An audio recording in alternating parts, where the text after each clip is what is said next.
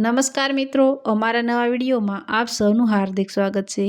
મિત્રો, આજે આપણે વાત કરીશું જીવનની અંતિમ સાંજ. બસ હવે બહુ થયું. આ જીવનનો કોઈ અર્થ નથી. કોઈને મારી પડી જ નથી. આખી જિંદગી શું બધાનું સાંભળ્યા કરવાનું અને સહન કર્યા કરવાનું? કોઈને મારી જરૂર નથી. હું તો સાવ વધારાની જ થઈ ગઈ છું. નકામી, સાવ નકામી બની ગઈ છું. જાણે ખાલી શીશીમાં તડકો ભરવાની રમત રમ્યા કરું છું. અર્થહીન જિંદગીની માફક અર્થહીન રમત. આવા જીવન કરતાં તો મૃત્યુ શું ખોટું? અને હવે આ નિર્ણયમાં કોઈ ફેરફાર નહીં. આમ પણ આ 2-3 દિવસ એકલી છું. આવો મોકો બીજી વાર મળે ન મળે. જેને જે માનવું હોય, જે વિચારવું હોય તે વિચારે. મર્યા પછી મને શું ફરક પડશે? દુનિયા આખી સ્વાર્થી છે. 2 દિવસમાં બધું ભૂલી જશે. દિશા હોય કે ન હોય, કોને ફરક પડે છે? મારા એક વિના દુનિયા અટકી તો નથી પડવાની. બધાને બતાવી જ દેવું છે. હું નહીં હોઉં ત્યારે જ બધાને મારી કિંમત સમજાશે. બધાને ખબર પાડી દેવા માટે હાથમાં ગોળીઓની આખી બોટલ સાથે બેસેલી દિશાની વિશાળ માળા આગળ ચાલે છે. તે પહેલાં જ બાજુમાં ટીપો પર રહેલ ફોન રણક્યો. દિશાએ કંટાળાથી ફોન તરફ જોયું. અને પણ છેલ્લી ઘડીએ રણકવું છે. નથી ઉપાડવો. હવે ઉપાડીને કામ પણ શું છે? ભલે વાગતો. મારે હવે આ બધી બાબતો સાથે કોઈ નિસ્બત ખરી? પણ ફોન કરનાર જાણે જિદ્દે ભરાયો હોય તેમ રણકવાનું બંધ જ નહોતું થતું. કંટાળીને કે ગુસ્સાથી દિશાએ ફોન ઉપાડ્યો. લાવ જોઉં તો ખરી, મારા નસીબમાં અંતિમ વાત કોની સાથે કરવાની લખાય છે. હેલો, વિરલ છે? કોણ Viral? Viral Shah. Sorry, wrong number. અહીં કોઈ વિરલ રહેતો નથી. તો કોણ રહે છે ત્યાં? તમારે મતલબ? દિશાના અવાજમાં ગુસ્સો વળ્યો. પૂછવાનો અર્થ એ હતો કે આપ કોણ બોલો છો? હું વિરલ તો નથી જ બોલતી. એટલું પૂરતું નથી? એ તો સમજાઈ ગયું. આ અવાજ વિરલનો નથી. પણ પ્લીઝ કોઈ ગેરસમજ ન કરશો. આ તો જસ્ટ તમારો અવાજ ખૂબ સરસ, બહુ મીઠો લાગ્યો તેથી પૂછાઈ ગયું. સોરી, કંઈ ખરાબ લાગ્યું હોય તો. દિશાનો ગુસ્સો થોડો શાંત થયો. એકાદ પળ મૌન રહી તેણે જવાબ આપ્યો. હું દિશા બોલું છું. આઈ મીન, મારું નામ દિશા છે. ગ્રેટ. જીવનમાં બધાને ગાઈડ કરનાર, દિશા બતાવનાર. વાહ. સોરી, હું કોઈને ગાઈડ કરતી નથી કે દિશા બતાવતી નથી. Again sorry, I was just joking. અજાણ્યાઓ સાથે જોક કરવાની તમને આદત છે? ના, પણ તમે અજાણ્યા લાગ્યા જ નથી. એનું શું? વાત કરવામાં તો સ્માર્ટ લાગો છો. ખાલી વાત કરવામાં? હું આખો સ્માર્ટ છું. તમારી જાત વિશે બહુ ઊંચી માન્યતા ધરાવતા લાગો છો. પોતાની જાત વિશે માન હોવું એ મારા ખ્યાલ મુજબ કંઈ ખરાબ વાત તો નથી જ.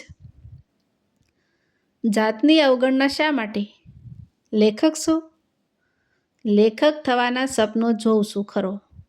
સપના? ખાલી દિવસમાં રાસો છો કે પછી મહેનત પણ કરો છો? દિશા અજાણપણે વાતમાં ગૂંથાતી જતી હતી. આ અત્યારે શું કરી રહ્યો છું? મહેનત જ ને. દિશા નામની કોઈ સુંદર છોકરીને પટાવવાની. વોટ? હવે દિશાના અવાજમાં ગુસ્સો વળ્યો. સોરી, મીઠાશની સાથે તીખાશ પણ છે કે નહીં તે જરા ચકાસતો હતો. એટલી મીઠાશ બહુ સારી નહીં. એકલી મીઠાશ બહુ સારી નહીં. ડાયાબિટીસ થઈ જાય. આમ પણ મને રોગીઓ પ્રત્યે બહુ માન નથી જ, પણ તમારે વાંધો નથી. મીઠાશ તીખાશ બંને છે તમારામાં. બોલતા મસ્કા મારતા સારું આવડે છે. Thanks for compliments. તમારા જેવી સુંદર યુવતીઓની શુભેચ્છાઓની મહેરબાની હંમેશા મારી ઉપર રહે છે. હું સુંદર છું એમ કોણે કહ્યું? યુવતીને હું સુંદર જ ગણું છું. આમ પણ સુંદરતા તો દ્રષ્ટિમાં છે, અને મારી દ્રષ્ટિ સુંદર જ. તેથી મને વિચારમાં કશું અસુંદર દેખાતું જ નથી. હું તો સીધો કવિ કલાપીનો વંશ જ. અને સામે છેડેથી ખડખડાટ હાસ્યનો અવાજ સાંભળી દિશા થોડી ખીજાય. જાતે સુંદર બની જવાનો તમારો આ આઈડિયા સારો છે. પેલા દલા તરવાડીની વાર્તા વાંચી લાગે છે. તમે બધા નાહક દલા તરવાડીને વગોવો છો. તેણે બિચારાએ તો આપણને કેટલી બધી સગવડ કરી આપી છે. ઓહ, તમને દલા તરવાડી માટે પક્ષપાત લાગે છે કે પછી એના પણ વંશજ છો? એનીવે, તમારી સેન્સ ઓફ હ્યુમર સારી લાગે છે. નહોતું હસવું તો પણ દિશાના ચહેરા પર એક મંદ સ્મિતિ લહેરખી તો ફરી જ વળી. બાકી આત્મહત્યાની અંતિમ પળે વળી હાસ્ય કેવું? જીવનમાં હાસ્યની પળો નિર્માણી હોત તો આવો વિચાર જ કેમ આવવો પડત? મારી સેન્સ ઓફ હ્યુમર માટે મિત્રોને માન છે. તમારા મિત્રને હ્યુમર એટલે શું એ ખબર નહીં હોય. કેમ તમને હ્યુમરમાં ખબર નથી પડતી? હું તમારી મિત્ર થોડી છું? નથી? હું તો ભ્રમમાં હતો કે તમે મારા મિત્ર બની જ ગયા છો. રોંગ નંબર સાથે કોઈ આટલી વાત થોડી જ કરે. દિશાએ ધડ દઈને ફોન કાપી નાખ્યો. સમજે છે શું એના મનમાં? 2-5 મિનિટ એમ જ પસાર થઈ. ત્યાં વળી ફોન રણક્યો. ન જાણે કેમ પણ દિશાથી આ વખતે ફોન તરત ઉપાડાઈ ગયો. નક્કી એ જ એમ સહેલાઈથી પીછો છોડે તેમ નથી લાગતું. જરા ખખડાવવો પડશે. સમજે છે શું પોતાની જાતને? હેલો. દિશા સાસી હતી. સામેથી ફરી એ જ અવાજ. સોરી દિશાજી, મારો ઈરાદો તમને હર્ટ કરવાનો નહોતો. આ તો મને એમ કે જીવનની અંતિમ પળે કઈ નસીબદાર વ્યક્તિ સાથે વાત કરીને હું સંસારને અલવિદા કરીશ એ જાણવાના લોભમાં. દિશા સમકી. આ પણ કોઈ પોતાના જેવું સમદુખ્યું છે કે શું?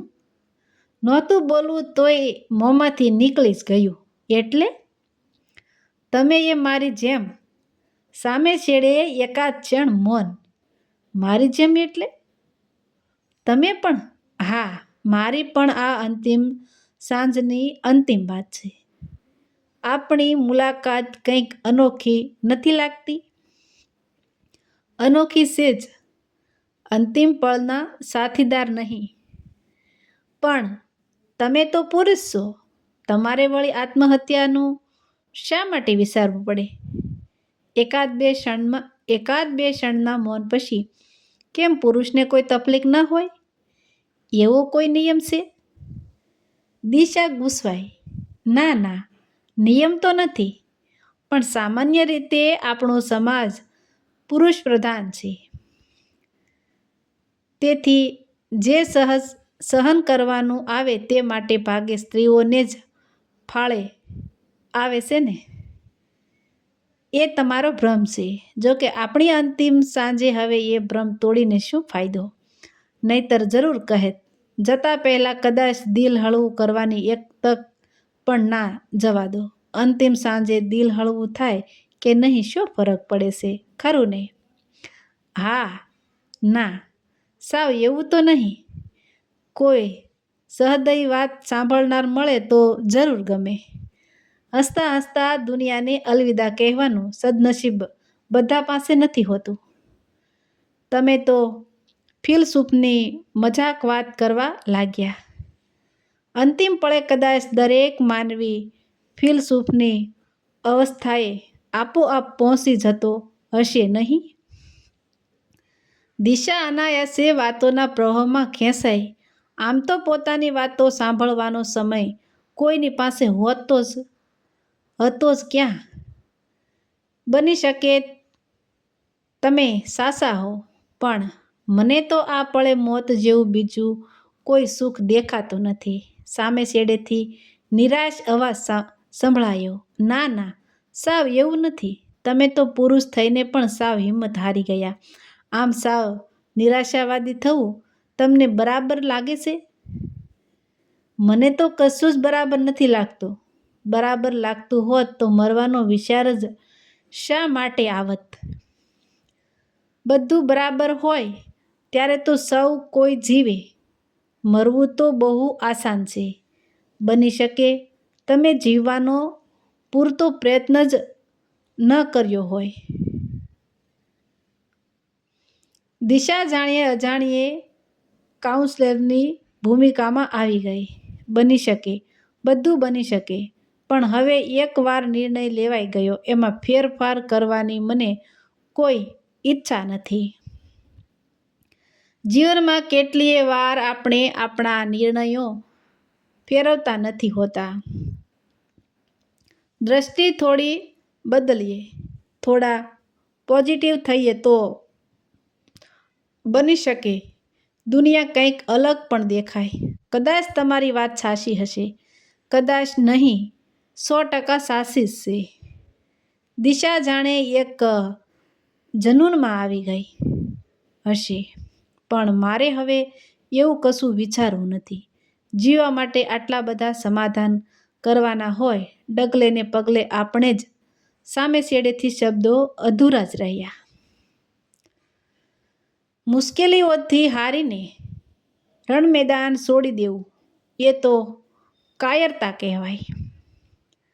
દિશાની કાઉન્સેલરની ભૂમિકા અનાયાસે આગળ ચાલી. ઘણીવાર સાવ નાની વાતમાં આપણે આવેશમાં આવી જતા હોઈએ. એવું પણ બને. હા, બની તો બધું શકે. આમ તો કોઈએ કહ્યું છે ને કે એક દરવાજો બંધ થાય ત્યારે બીજો આપોઆપ ખુલે છે. ફક્ત આપણી દ્રષ્ટિ જ એ ખુલ્લા દરવાજા તરફ બદલાવાની જરૂર હોય છે. હંબગ બધું. અને કોઈ દોડદાયા કવિઓ તો વળી ગાયું છે ને કે આગલા વળાંકે વાટ જુએ છે વસંતો. કવિઓને બીજું કામ પણ શું હોય છે? અરે વાહ, તમે તો કવિતાના શોખીન લાગો છો. કવિતા? સારું છે તમારું નામ કવિતા નથી.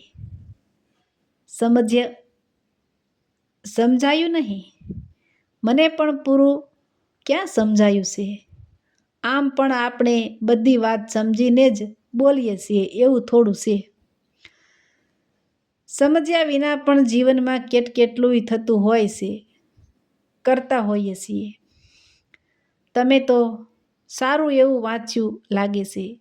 અભ્યાસી છો. Thanks for complimentation. પણ વાંચેલું બધું અમલમાં થોડું મૂકી શકાય છે. એ બધું તો પોથીમાંના રીંગણ જેવું. બીજાને કહેવું આસાન છે, બાકી પોતાની ઉપર થોડા પ્રોબ્લેમ આવે ત્યારે પોતે બધું ભૂલી જાય છે. જુઓ કાંઈ અહીંયા ફૂટો લેખક શું કહે છે? ફૂલે નિશાસો નાખ્યો. હાય મારો ઝાકળ બિંદુ સુકાઈ ગયું. પણ સવાર પડી ત્યારે આસમાનનો તો આખો તારા લોક ખોવાઈ ગયો હતો. લેખકોને તો ઠીક છે, લખી નાખવું છે. ના ના, સાવ એવું તો નથી.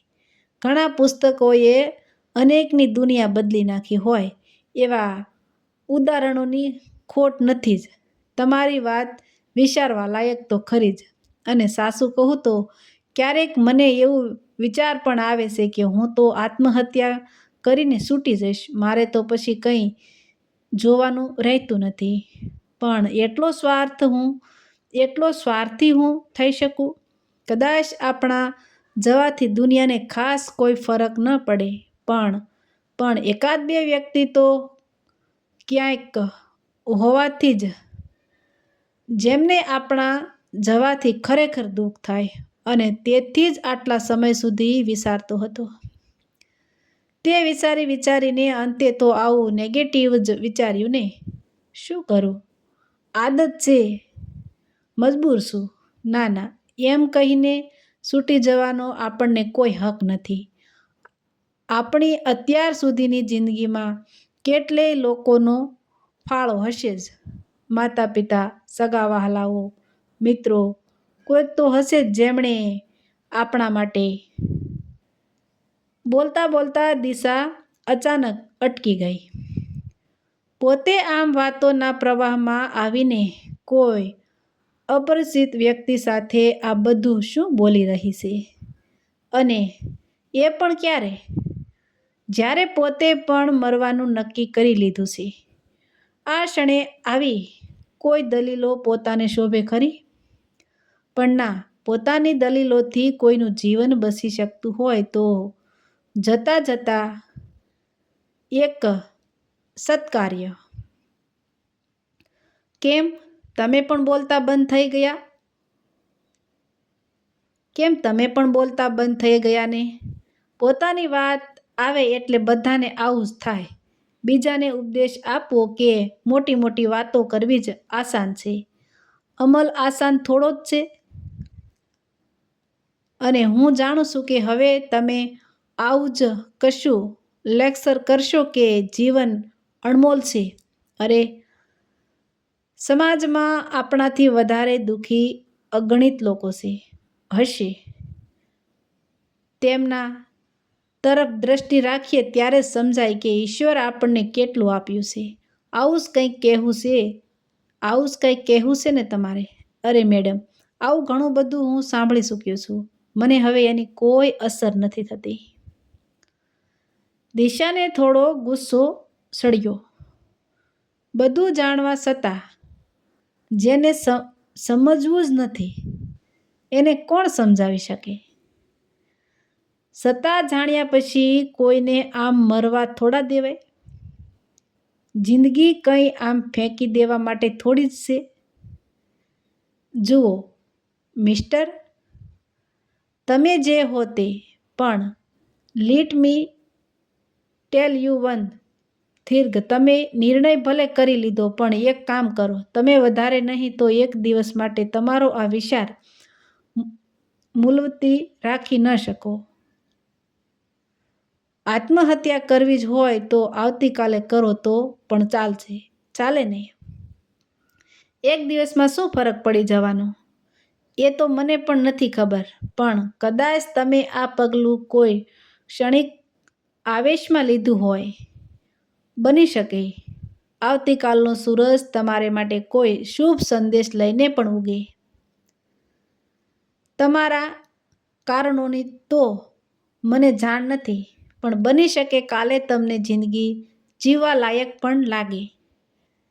તમે જ કહ્યું, તમે આગલા વળાંકે કોઈ વસંત તમારી પ્રતીક્ષામાં.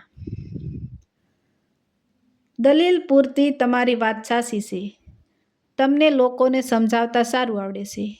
તમે એક કામ કરો ને, એક કાઉન્સેલિંગ સર્વિસ ખોલી નાખો. સારી ચાલશે. તમારી ઉપર મારા કાઉન્સેલિંગની કોઈ અસર થતી નથી તો મારી સર્વિસ સારી ચાલશે એમ કહી શકાય? કોણે કહ્યું અસર નથી થઈ? એટલે તમે મારી વાત સ્વીકારી? પોતે ઉત્સાહમાં કેમ આવી ગયા તે દિશાને સમજાયું નહીં. આ પળે તો લાગે છે એક વધુ દિવસ રાહ જોવાનું તમારું સૂચન કંઈ ખોટું તો નથી જ. વિચારવા લાયક તો ખરું જ. ફક્ત વિચારવા લાયક જ નહીં, અમલમાં મૂકવા લાયક પણ ખરું જ. દિશાએ ભારપૂર્વક પોતાની વાત દોહરાવી. ઓકે મેડમ, તમે જીત્યા અને હું હાર્યો. તમારી વાત સ્વીકારું. હું આજનો દિવસ, ફક્ત આજનો દિવસ, મારો મરવાનો કાર્યક્રમ મુલતવી રાખું છું. બની શકે આપ મારા માટે ખાસ અર્થમાં દિશાસૂચક બનો. ખૂબ ખૂબ આભાર. સો નાઇસ ઓફ યુ. અને રોંગ નંબર કપાઈ ગયો. દિશાના કાનમાં પોતાના શબ્દો જ પડઘાઈ રહ્યા. 2-5 મિનિટ મૌન પસાર થઈ ગઈ. તેના મનમાં આખી વાતચીત પડઘાતી રહી. થોડી વારે તેણે હાથમાં રહેલી ગોળીઓની બોટલનો ઘા કર્યો. બરાબર ત્યારે રોંગ નંબર ખુશખુશાલ થતો પિક્ચર જોવા જતો હતો. બાજુમાં બેસેલ તેનો મિત્ર પૂછતો હતો, શું હતું આ બધું? આ આત્મહત્યાની વાતો કોની સાથે કરતો હતો? હું જરા જોક કરવાના મૂડમાં હતો અને સામે કોઈ દિશા નામની સ્ત્રી હતી જે સાસે-સાસ આત્મહત્યા કરવાના વિચારોમાં અટવાયેલી હતી. મેં મારી સાયકોલોજી કામે લગાડી. બની શકે તેણે મરવાનો તેનો વિચાર પડતો મૂક્યો હોય અને રોંગ નંબરે ખુશ થઈ મોઢેથી વ્હીલ્સ વગાડી. તો મિત્રો, આવા જ નવા વિડીયો જોવા માટે અમારી ચેનલ લાઇક, શેર અને સબસ્ક્રાઈબ કરજો. વિડીયો સાંભળવા બદલ ધન્યવાદ. તો મિત્રો, મળશું એક નવા વિડીયો સાથે. ત્યાં સુધી આવજો.